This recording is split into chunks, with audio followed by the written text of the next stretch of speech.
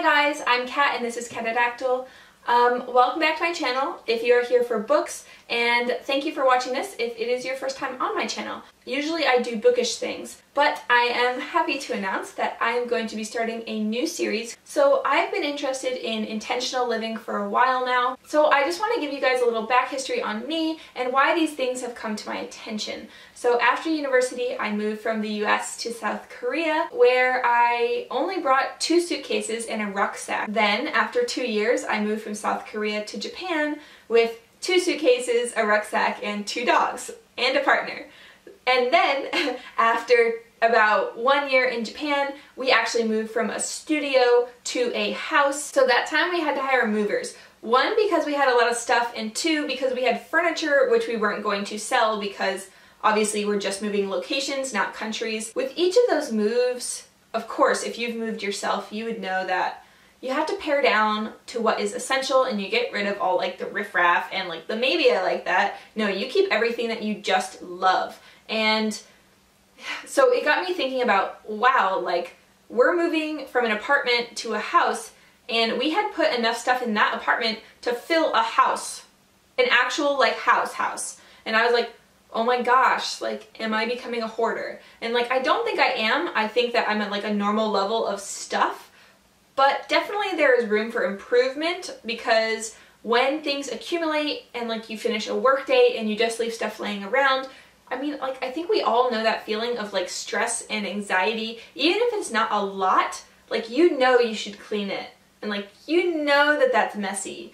And like seeing it just is a constant reminder of like, you're not cleaning me, or like, hey, I'm over here. So with that in mind, I started reading up more on minimalism, and I think a lot of books that are very famous just happen to be from Japan. I think the most famous one is The Life-Changing Magic of Tidying Up by Marie Kondo, and of course, I have read it, of course, and I think like a lot of people have read it.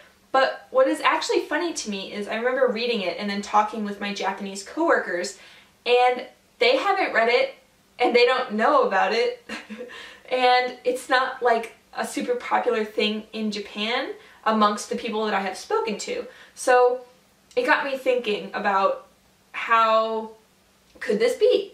So a lot of the tenets in her book, such as one big cleaning day, or taking care of items almost as if they have a personification to them, I brought that up to my coworkers and they're like, yeah, like of course, that's the way things are.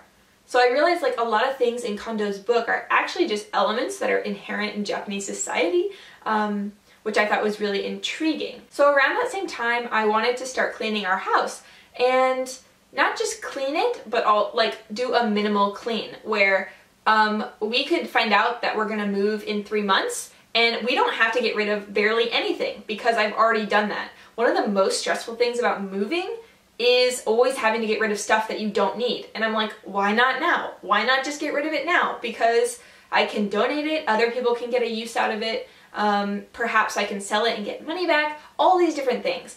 And then I started thinking about how that would work in Japanese society.